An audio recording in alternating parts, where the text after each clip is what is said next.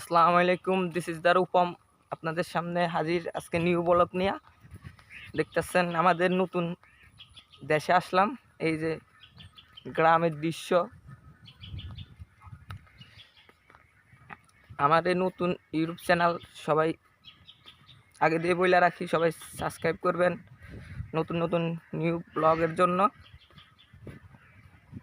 দেখবেন ভালো ভালো জিনিস দেওয়ার ইয়া করবো।